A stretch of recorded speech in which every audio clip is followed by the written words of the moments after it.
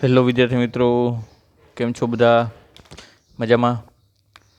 Last time આપણે વેગમાન સંરક્ષણનો નિયમ અને કર્ણના સંતુલનની ચર્ચા કરેલી હતી. ત્યારબાદ આજે આપણે તેના અનુલક્ષીને અમુક નાનકડા એવા દાખલાની ચર્ચા કરીશું. સૌપ્રથમ જોઈએ મિત્રો, સ્વાધ્યાયનો 5.17માં નંબરનો દાખલો. તમને કીધેલું છે કે પ્રયોગશાળાની નિર્દેશ ફ્રેમમાં, એટલે કે પ્રયોગશાળામાં એવું વિચારી શકીએ આપણે, પ્રયોગશાળામાં એક ન્યુક્લિયસ સ્થિર છે. જો તે બે નાના ન્યુક્લિયસોમાં વિભંજન પામે, એટલે કે તેના કટકા થાય, તો દર્શાવો કે તે નિપજો એટલે કે ન્યુક્લિયસના કટકાઓ વિરુદ્ધ દિશામાં જ ગતિ કરવા જોઈએ. કોઈ એક સ્થિર ટુકડો છે, ન્યુક્લિયસ છે, એ ન્યુક્લિયસનું જ્યારે વિભંજન થાય ત્યારે એના બે ટુકડા પરસ્પર વિરુદ્ધ દિશામાં ગતિ કરવા જોઈએ. એક ટુકડો આ બાજુ જાય તો બીજો ટુકડો આ બાજુ જવો જોઈએ. એ તો આપણે સાબિત કરીને બતાવવાનું છે. તો મિત્રો, સૌપ્રથમ પહેલાં આપણે વિચારી લઈએ કે ધારો કે આપણી પાસે જે ન્યુક્લિયસ છે એનું કુલ દળ એમ છે.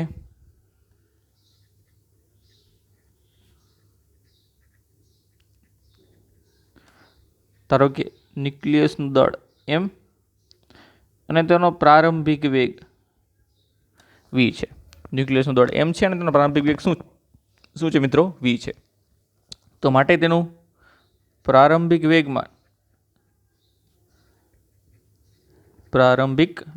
જેને P1 વડે દર્શાવું ઇઝ ઇક્વલ ટુ mv થશે. પરંતુ શરૂઆતમાં ન્યુક્લિયસ કેવો છે? સ્થિર છે. એટલે પ્રારંભમાં તેની પાસે કોઈ વેગ હશે નહીં. એટલા માટે વેગ ગુણ્યા દળ એનો ગુણાકાર કેવો આવશે? 0, જેને આપણે સમીકરણ નંબર 1 કહીએ છીએ. કારણ કે પ્રારંભિક વેગ નથી એટલે પ્રારંભિક વેગમાન પણ હશે નહીં. ત્યારબાદ ધારો કે ન્યુક્લિયસના વિભંજન બાદ બંને ટુકડાઓના દળ m1 અને m2 તથા તેઓના વેગ v1 અને v2 છે. તો આખા તંત્રનું અંતિમ વેગમાન, તંત્રની જ વાત કરી છે, અંતિમ વેગમાન એટલે કે P2. તંત્રનું એટલે કે બંને ટુકડા આવી ગયા. બંને ટુકડા પહેલાં એક જ ન્યુક્લિયસમાં હતા, તો અહીંયા પણ બંને ટુકડા આવી ગયા છે, યાદ રાખજો મિત્રો.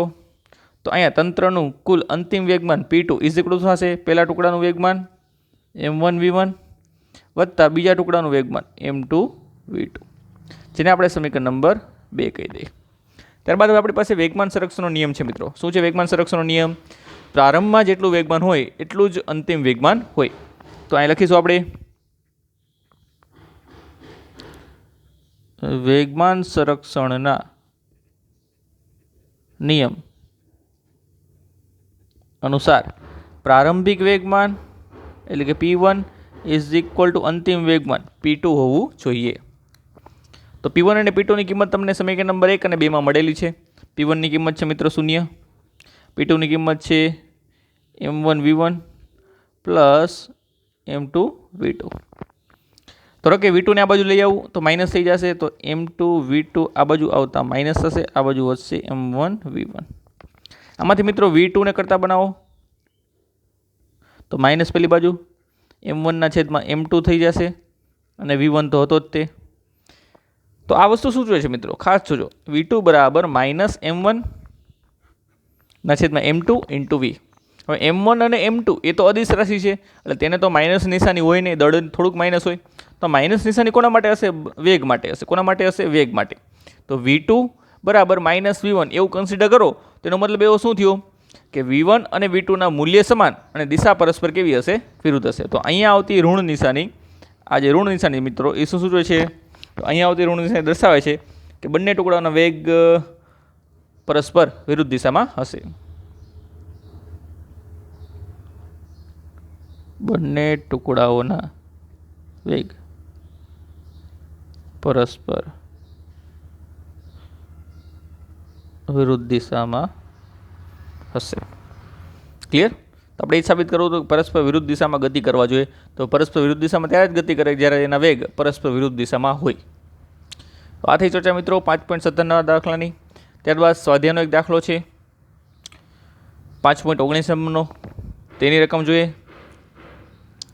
100 કિલોગ્રામ દળની ગનમાંથી 0.02 કિલોગ્રામ દળનો એક સેલ ફોડવામાં, સેલ એટલે કે ગોળી, બુલેટ.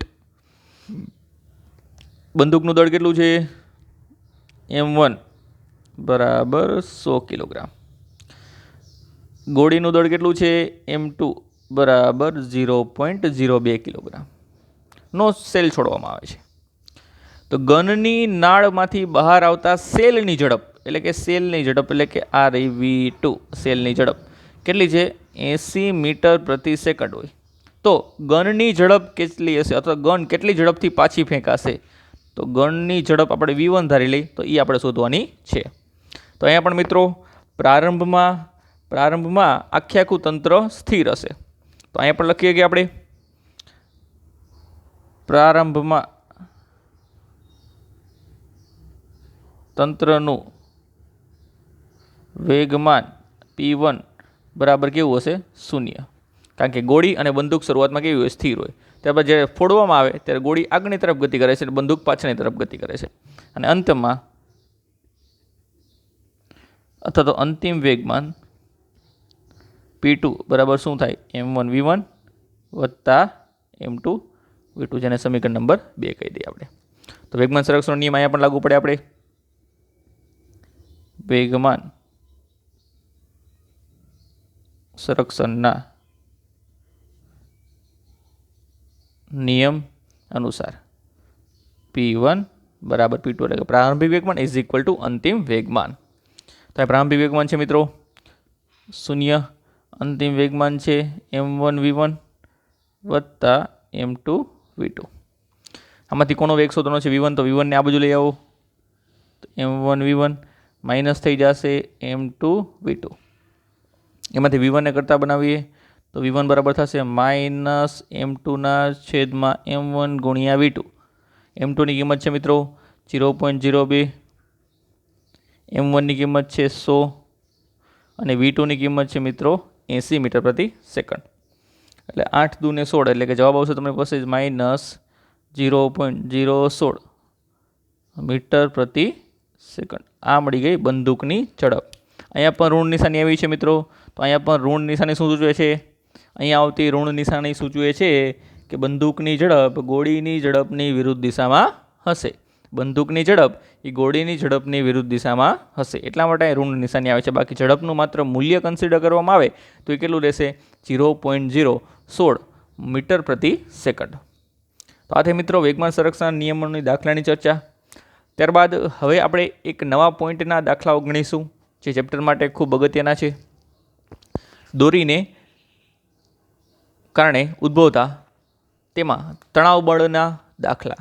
દોરીના કારણે તેમાં ઉદ્ભવતા તણાવ બળના દાખલા. સિમ્પલ વસ્તુ તો સૌપ્રથમ દાખલો કન્સિડર કરતાં પહેલાં આપણે તણાવ બળ શું એના વિશે થોડીક માહિતી મેળવીએ. તો મિત્રો સૌપ્રથમ સમજીએ તણાવ બળ એટલે શું. તો અહીંયા કોઈ એક દ્રઢ આધાર છે. આ દ્રઢ આધાર સાથે આપણે દોરી ત્યાં બાંધેલી છે અને દોરી પહેલાં લટકાવેલી છે, સિમ્પલ લટકાવેલી છે. સાથે તેની સાથે કોઈ એમ દળનો પદાર્થ જોડેલો નથી એવું વિચારી માત્ર છત સાથે અથવા તો કોઈ દ્રઢ આધાર સાથે દોરી લટકાવેલી છે. તો મિત્રો જ્યારે દોરી આમને આમ લટકાવવામાં આવે તો એ પોતાની મૂળ પોઝિશનમાં રહે છે.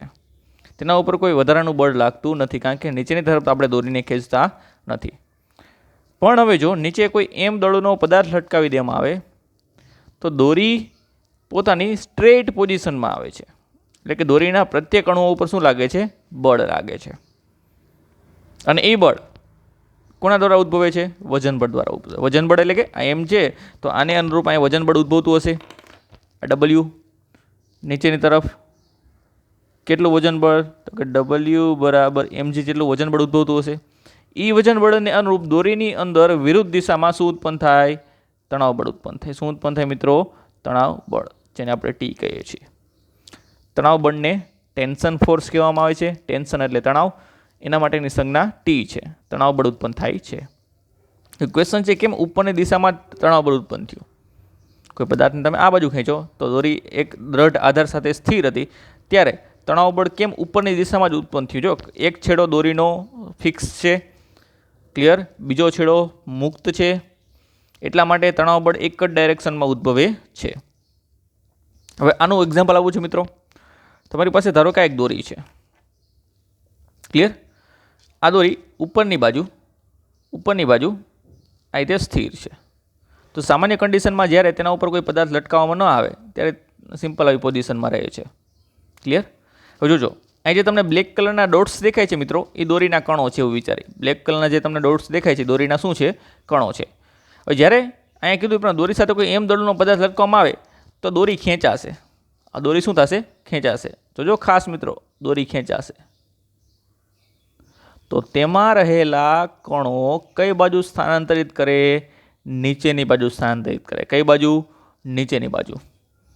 એટલે ખરેખર તેને રહેવું છે કઈ જગ્યાએ? તો કે તેની પોતાની મૂળ પોઝિશનમાં, પણ તેના પર બળ લાગે છે અને એ કણ નીચેની બાજુ સ્થાનાંતરિત થાય છે. જોઈએ તો પ્રત્યેક કણ તરફ નીચેની તરફ બળ લાગશે અને કણ નીચેની તરફ શું થાય છે? સ્થાનાંતરિત થાય છે. પણ એ પોતાની મૂળ પોઝિશન પોતાને જાળવી રાખ્યું હોય મિત્રો, આ કણ છે, ધારો કે આ કણને પોતાની મૂળ પોઝિશન જાળવી રાખ્યું હોય તો તેના પર બળ કઈ દિશામાં લાગવું જોઈએ કે જેથી પોતાની મૂળ પોઝિશન જાળવી રાખે? તો કે એના ઉપર બળ ઉપરની દિશામાં લાગવું જોઈએ. ઉપરની દિશામાં બળ લાગે તો એ પોતાની મૂળ પોઝિશન જાળવી શકે. અને પોતાની મૂળ પોઝિશન જાળવવા માટે દોરીમાં ઉદ્ભવતા આ બળને એક પ્રકારનું પુનઃસ્થાપક બળ છે મિત્રો. આ બળને શું કહેવાય છે? તણાવ બળ કહેવાય છે. જે માત્ર ક્યાં લાગે? ઉપરની તરફ લાગે. કઈ બાજુ લાગે? ઉપરની તરફ. એટલે કણો ખરેખર આ રીતે ગોઠવાયેલા હતા, તેના પર બાહ્ય બળ લગાડવામાં આવે તો નીચેની બાજુ સ્થાનાંતરિત થાય છે, ખેંચાય છે. પણ તેને પોતાની મૂળ પોઝિશન પકડી રાખ્યું હોય તો દોરીમાં પોતાના કણોએ પુનઃસ્થાપક બળ કઈ બાજુ ઉત્પન્ન કરવું જોઈએ? ઉપરની તરફ. કઈ બાજુ?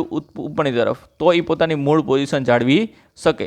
એટલા માટે અહીંયા ઉદ્ભવતા કણોની અંદર ઉદ્ભવતા આ પુનઃસ્થાપક બળને જ શું કહેવામાં આવે છે? તણાવ બળ કહેવામાં આવે છે, જે દોરી માટે ઘણી વખત લાગુ પડે છે.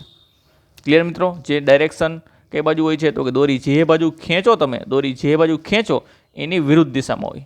જ્યારે એક છેડો કેવો હોય? ફિક્સ. આ એક છેડો ફિક્સ કરેલો છે ત્યારની વાત કરી છે. ક્લિયર મિત્રો? તો આ થઈ ચર્ચા તણાવ બળ વિશે બેઝિક. તો એવો એક દાખલો અહીંયા તમને આપેલો છે. શું છે રકમ? સૌપ્રથમ એ જોઈએ મિત્રો, ત્યારબાદ આગળ ચર્ચા કરીશું રકમ બાદ. તો અહીંયા તમને ઉદાહરણ નંબર 5.6 અંદર આકૃતિમાં દર્શાવ્યા મુજબ 6 કિલોગ્રામ દળને છતથી 2 મીટર લંબાઈના દોરડા વડે લટકાવેલ છે. ક્લિયર? તો અહીંયા આ છતથી દોરડા વડે કોઈ 6 કિલોગ્રામ પદાર્થનો, એમ બરાબર કેટલો છે? 6 કિલોગ્રામ પદાર્થનો દળનો પદાર્થ લટકાવેલ છે. તો એના માટે મિત્રો ખાસ યાદ રાખજો શું શું કરવાનું. તો બધી વસ્તુ સૌપ્રથમ નોંધતા જોઈએ. આ પ્રારંભિક સ્થિતિ છે, એમાં પદાર્થનું દળ એમ બરાબર કેટલું આપેલું છે મિત્રો? 6 કિલોગ્રામ આપેલું છે. દોરીની લંબાઈ કેટલી આપેલી છે? 2 મીટર. પણ આપણે દોરીની લંબાઈની કંઈ ખાસ જરૂરિયાત છે નહીં. દોરડા વડે લટકાવેલ છે. દોરડાના મધ્યબિંદુ પી, આ મધ્યબિંદુ પી એ 50 ન્યૂટનનું એક બળ સમસીધી દિશામાં, આ સમસીધી દિશા કહેવાય આડી, આ શિરોલંબ દિશા કહેવાય મિત્રો. આડી હોય શિરોલંબ અને ઊભી હોય એને સમસીધી જ કહેવાય. તો સમસીધી દિશામાં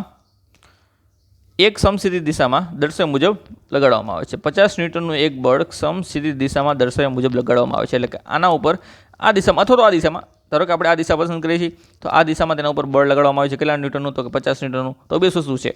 આ દોરી છે, દોરીને તમે અહીંથી પકડીને આમ ખેંચો તો ઉપરનો ભાગ જે છે ત્રાસો થઈ જાય. નીચેના ભાગે દળ લટકાવેલું છે એટલે કેવું રહેશે? સીધેનું સીધું જ રહેશે. ખાસ સમજો મિત્રો, અહીંયા તમે મધ્યબિંદુથી દોરીને ખેંચો, મધ્યબિંદુ દોરી આમ લટકાવેલી છે અને મધ્યબિંદુથી તમે આમ ખેંચો તો આ ભાગ જે છે ત્રાસો રહેશે અહીંયાથી અહીં સુધીનો. પણ ત્યાંથી નીચેનો ભાગ જે છે કેવો રહેશે? સીધો જ રહેશે. તો આવી કઈ કન્ડિશન બને બળ લગાડ્યા બાદ.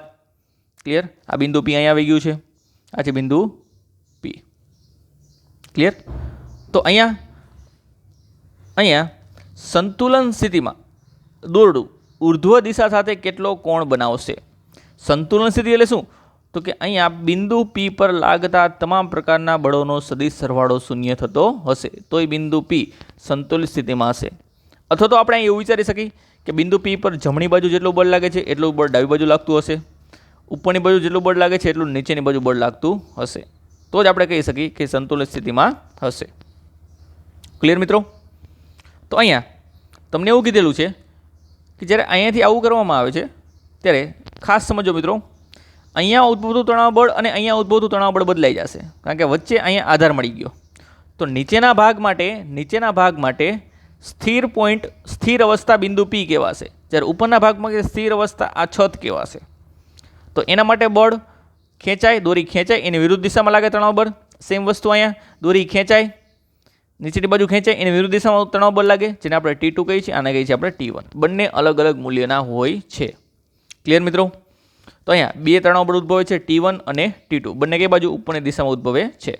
પણ સરવાળે આ બિંદુ P પર લાગતું પરિણામી બળ ક્યાંક ને ક્યાં બાજુ છે? નીચેની બાજુ છે. ક્યાંક ને ક્યાં બાજુ લાગે છે? નીચેની બાજુ લાગે છે. એટલે દોરી જે છે નીચેની તરફ ખેંચાય છે. ક્લિયર મિત્રો? તો આ બેઝિક ચર્ચાને અનુલક્ષીને આપણે શું શોધવાનું છે? સંતુલન સ્થિતિમાં, એટલે બિંદુ P સંતુલન સ્થિતિમાં હોય ત્યારે દોરડું ઉર્ધ્વ દિશા સાથે કેટલો કોણ બનાવશે એ આપણે શોધવાનું છે. દોરડાનું દળ અવગણવાનું છે અને જીની વેલ્યુ 10 મીટર પ્રતિ સેકન્ડ લેવાની છે. ચલો, તો અહીંયા એફ કેટલું લીધેલું છે આપણે? એફ બરાબર 50 ન્યૂટન. તો અહીંયા આપણે ઉર્ધ્વ દિશા સાથે બનતો કોણ થીટા, આ ઉર્ધ્વ દિશા છે, ઉપરની દિશા, એ થીટા દર્શાવેલો થીટા આપણે શોધવાનો છે મિત્રો. તો અહીંયા શું કરશું એ જોઈએ. તો સૌપ્રથમ પહેલી આકૃતિ જુઓ. પહેલી આકૃતિની અંદર આ સિમ્પલ પરિસ્થિતિ, સ્ટાર્ટિંગ પરિસ્થિતિ દર્શાવેલી છે. બીજી આકૃતિ બળ લગાડ્યા બાદની પરિસ્થિતિ દર્શાવેલી છે. તો બિંદુ P ને ધારો કે હું અહીંયા લઈ લઉં છું. આ છે બિંદુ P. તેના ઉપર કઈ દિશામાં બળો લાગે છે એ દોરી લઈ. તો તેના ઉપર આ દિશામાં બળો લાગે છે, આ દિશામાં બળ લાગે છે. કેટલું બળ લાગે છે? F. આ દિશામાં બળ લાગે છે નીચેની તરફ કેટલું બળ લાગશે? T2 અથવા તો mg એટલે કે W કહી શકો તમે, કારણ કે W બરાબર શું છે? mg. તો નીચેની તરફ mg જેટલું બળ લાગે છે. દોરીમાં તો ઉદ્ભવે છે, બાકી નીચેની તરફ બિંદુ પર લાગતું બળ ખરેખર કેટલું હોય? mg જેટલું હોય. તો બિંદુ પર લાગતું બળ ખરેખર કેટલું હશે? W બરાબર mg જેટલું હોય છે. ત્યારબાદ એક વધારાનું બળ અહીંયા પણ લાગે છે, જેને આપણે T1 કહીએ છીએ, જે આ દિશામાં છે. આ છે T1, જે અહીંયાથી કેટલા ખૂણે લાગે છે? થીટા ખૂણે. કેટલા ખૂણે મિત્રો? થીટા ખૂણે. તો આ T1 ના બે ઘટકો તમે પાડી શકો, x ઘટક અને y ઘટક. આ થશે મિત્રો તેનો x ઘટક અને આ થશે મિત્રો તેનો y ઘટક. y ઘટકનું મૂલ્ય થશે T cos થીટા અને x ઘટકનું મૂલ્ય થશે T sin થીટા. ક્લિયર? જે ઘટક સાથે થીટા બને એને કોસ કહેવાય, જેની સાથે થીટા ન બનતો એને સાઇન કહેવાય. તો T cos theta, T sin theta. તો આ છે બિંદુ P. તો હવે બિંદુ P પર ટોટલ કેટલા બળો લાગે છે? તો કે ઉપર T cos થીટા, નીચે mg, જમણી બાજુ F, ડાબી બાજુ T sin થીટા. હવે T ને ગણતરીમાં લેવાનો નહીં, કારણ કે T ના બે ઘટકો આવી ગયા છે એટલે T નીકળી જશે. તો T ની અંદર માત્ર T cos થીટા અને T sin થીટા વધશે. તો બિંદુ P પર 4 બળો લાગે છે અને તમને એવું કીધેલું છે મિત્રો કે અહીંયા બિંદુ P સંતુલિત સ્થિતિમાં છે. તો સંતુલિત સ્થિતિમાં ત્યારે જ હોય મિત્રો કે જ્યારે તેના પર બધા જ બળો સમાન મૂલ્યના અને પરસ્પર વિરુદ્ધ દિશામાં ના હોય. એટલે કે જમણી બાજુ જેટલું બળ લાગે એટલું ડાબી બાજુ, ઉપર લાગે એટલું નીચેની બાજુ, આવું બધું થવું જોઈએ તો જ એ સંતુલિત સ્થિતિમાં હોઈએ. તો એના પહેલાં આપણે નાનકડી એવી ચર્ચા કરીએ કે અહીંયા મેઇન આકૃતિની અંદર W બરાબર mg નીચેની તરફ લાગે છે, એટલે એટલું જ તણાવ બળ ક્યાં ઉદ્ભવશે? ઉપરની તરફ, કારણ કે દોરી એટલી જ ખેંચાશે જેટલું બળ દોરી પર નીચેની તરફ લાગે છે. એટલા માટે અહીંયા ખેંચાણ બળ અથવા તણાવ બળનું મૂલ્ય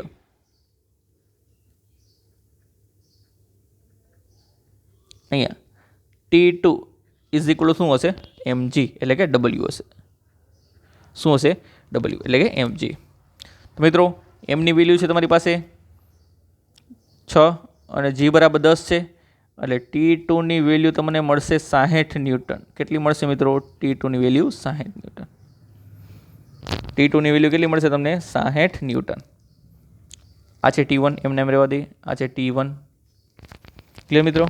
આપણે T2 ની વાત કરવાની છે. T2 બરાબર મળી ગયા છે 60 ન્યૂટન.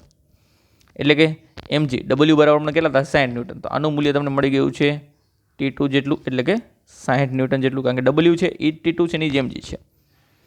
હવે ખાસ નોંધીએ મિત્રો, બિંદુ P સંતુલિત અવસ્થામાં છે.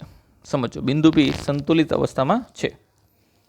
તો સંતુલિત અવસ્થા માટે બિંદુ P પર જેટલું બળ ઉપર લાગતું હશે એટલું જ બળ નીચેની તરફ લાગતું હશે, અને જેટલું બળ જમણી બાજુ લાગતું હશે એટલું જ બળ ડાબી બાજુ લાગતું હશે. એટલે કે જો બિંદુ પી સંતુલિત અવસ્થામાં હોય તો ઉપરની તરફ લાગતું બળ એટલે કે T1 cos θ is equal to થશે mg, આને સમીકરણ નંબર 1 કહી દો, અને T1 sin θ is equal to થશે f, અને સમીકરણ નંબર 2 કહી દો. બંનેનો ગુણોત્તર લઈ લ્યો તો સમીકરણ નંબર 1 ડિવાઈડ બાય 2 કરતા આના છેદમાં આ, તો અહીંયા થશે T1 cos θ છેદમાં T1 sin θ is equal to mg છેદમાં f. તો T1 કેન્સલ થશે, એ મિત્રો થશે cos અપોન sin, અથવા તો 1/10 લખી શકો, 1/tan θ is equal to mg ના છેદમાં f. tan θ ને કરતા બનાવો મિત્રો કોઈક રીતે, ચલો તો tan θ બરાબર થશે f ના છેદમાં mg. f મિત્રો છે 50 ન્યૂટન અને mg મળેલું છે 60, એટલે જવાબ આવશે 5/6. કોના બરાબર? tan θ. તો θ બરાબર થશે tan ઇનવર્સ 5/6, જેની વેલ્યુ તમે નેચરલ ટ્રાન્ઝિશનમાંથી જોઈને લખી શકો છો, જેની વેલ્યુ લગભગ આવતી હશે 39.8 ડિગ્રી. કેટલી? 39.8 ડિગ્રી. તો આ રીતે મિત્રો થીટા તમે શોધી શકો છો કે ઉર્ધ્વ દિશા સાથેનો ખૂણો કેટલો હશે દોરીનો? 39.8 ડિગ્રી હશે, 39.8 ડિગ્રી હશે. ક્લિયર? આ ઉર્ધ્વ દિશા સાથેનો એનો ખૂણો છે થીટા, જે આપણે શોધવાનો હતો. ત્યારે તો મિત્રો તણાવ બળ વિશે પૂરી માહિતી મળે પછી જ આ દાખલાનું સોલ્યુશન લાવી શકાય છે. ચલો હજી એક તણાવ બળનો આપણે વધારાનો દાખલો ગણીએ, સ્વાધ્યાયનો દાખલો છે, એટલે વધારે ક્લિયર થઈ જાય કે તણાવ બળની અંદર આપણને કઈ જગ્યાએ પ્રોબ્લેમ પડે છે કે નહીં. સ્વાધ્યાયનો 5.15 નંબરનો દાખલો શું છે રકમ એ જોઈએ મિત્રો. 10 કિલોગ્રામ અને 20 કિલોગ્રામ દળ ધરાવતા બે પદાર્થો એ અને બી ને લીસીક સમશીતોષ્ણ સપાટી પર રાખી એક હલકી દોરીના છેડાઓ સાથે બાંધેલ છે. એટલે વિચારી મિત્રો કે અહીંયા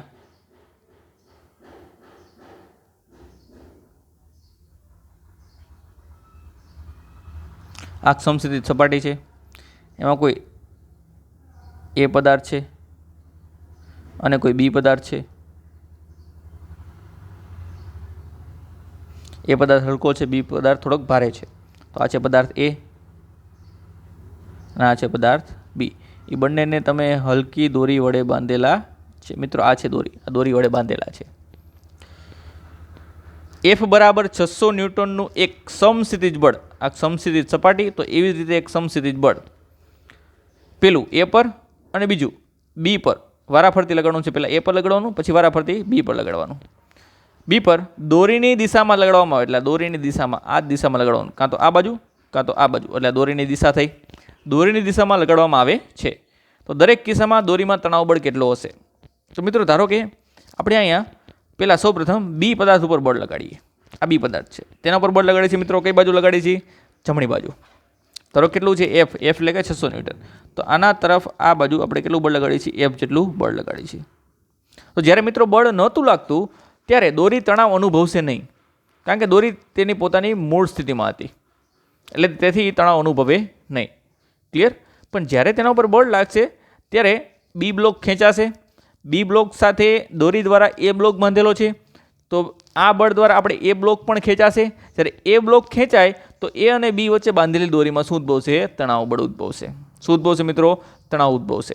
એટલે કે તમે આ જ વસ્તુ વિચારજો, પાછી આ જ વસ્તુ વિચારજો. હવે આ બંને છેડા અહીંની મૂળ પોઝિશન છે મિત્રો. અહીંયા બંને છેડા ઉપર બળ લાગે છે. આ બાજુ બી પદાર્થ છે અને આ બાજુ એ પદાર્થ છે. તો અહીંયા બંને છેડા ઉપર બળ લાગે છે, તો દોરી આ રીતે ખેંચાવાની ટ્રાય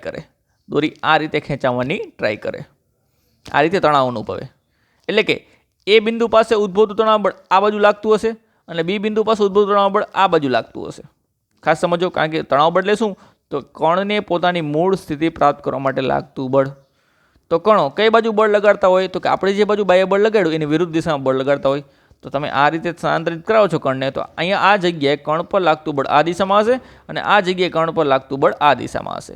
એટલે આ જગ્યાએ બી થી એ તરફ અને આ જગ્યાએ એ થી બી તરફ હશે.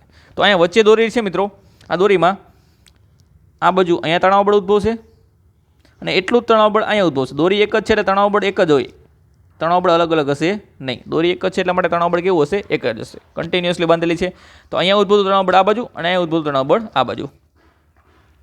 તો મિત્રો જ્યારે તમે આના ઉપર એફ બળ લગાડો છો ત્યારે આ પોતાની સ્થિર સ્થિતિમાંથી ગતિમાન અવસ્થામાં આવે છે, પોતાની સ્થિર સ્થિતિમાંથી ગતિમાન અવસ્થામાં આવે છે. તો અહીંયા બી જ્યારે ગતિમાન અવસ્થામાં આવશે ત્યારે એના પર કોઈ પરિણામી બળ F1 લાગે છે અને આના પર પરિણામી બળ કેટલું લાગે છે? F2 લાગે છે. શરૂઆતમાં કોઈ બળ લાગતું નહોતું ત્યારે એ પદાર્થ કેવો હતા? સ્થિર હતા. હવે બંને ઉપર કંઈક પરિણામી બળ લાગે છે અને એ પદાર્થ શું આવે છે? ગતિમાં આવશે. પણ હા, એક વસ્તુ ફિક્સ છે, બંને પદાર્થ ગતિમાં આવતા બંનેનો જે પ્રવેગ છે મિત્રો, એ પ્રવેગ કેવો હશે? સરખો હશે. અહીંયા જેટલો પ્રવેગ ઉદ્ભવશે એ જ પ્રવેગ અહીંયા ઉદ્ભવશે, કારણ કે બંને દોરી વડે જોડેલા છે. ક્લિયર? આ M1 દળનો પદાર્થ છે, આ M2 દળનો પદાર્થ છે. તો અહીંયા મિત્રો વિચારો ખાસ, દોરીમાં વધુ તણાવ બળ T ધારેલું છે. તો એ અને બી માટે ગતિનું સમીકરણ બનાવીએ. તો અહીંયા સૌપ્રથમ એ માટે લાગતું પરિણામી બળ આપણે F2 વડે દર્શાવ્યું છે. પરિણામી બળ F2 ઇઝ ઇક્વલ શું હોય? તો કે F2 કેટલું બને છે? તણાવ બળ જેટલું જ છે. તણાવ બળ જ એના ઉપર બળ લાગે છે, બીજું કોઈ બળ લાગતું નથી. તો અહીંયા F2 બરાબર શું થશે? T. અને F2 બરાબર તમે આવું લખી શકો મિત્રો, ન્યૂટનના બીજા નિયમ અનુસાર M1 ત્યાં M1 ધારેલું છે. ચલો સંજ્ઞા સુધારી લઈએ સરળતા રહે આપણને. આને F1 ધારી લઈ, આને F2 ધારી લઈ, એટલે 2 2 કોમન રહે, 1 1 કોમન રહે. તો અહીંયા થશે F1 ફરી એકવાર. તો F1 બરાબર થશે ન્યૂટનના બીજા નિયમ અનુસાર M1A is equal two T, જેને આપણે બોક્સમાં મૂકી દઈએ અને નામ આપી દઈએ સમીકરણ નંબર 1. સમીકરણ નંબર 1. આવી જ વસ્તુ બી માટે વિચારો.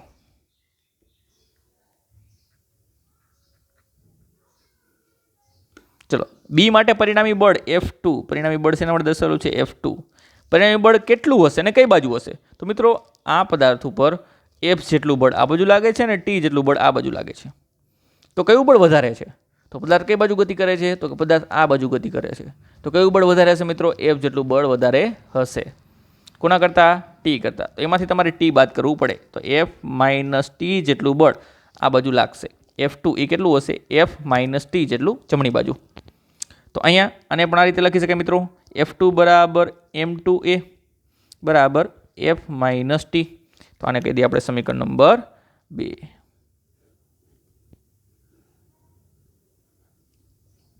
ચલો, હવે સમીકરણ નંબર 2 ને 1 વડે ભાગી નાખો. એટલે કે સમીકરણ નંબર 2 ડિવાઈડ બાય 1 કરતા સમીકરણ નંબર 2 ભાગ્યા 1 કરતા. તો સમીકરણ નંબર 2 બરાબર છે M2A, સમીકરણ number 1 M1A is equal two જમણી બાજુ F માઇનસ T છેદમાં T. ચલો જમણી બાજુ જ માત્ર લખું છું, F બાય T છેદ છૂટા પડે, -1 અહીંયા થશે, એ કેન્સલ થશે, એ કેન્સલ થશે, અહીંયા વધશે M2 બાય M1, અહીંયા વધશે F છેદમાં T -1.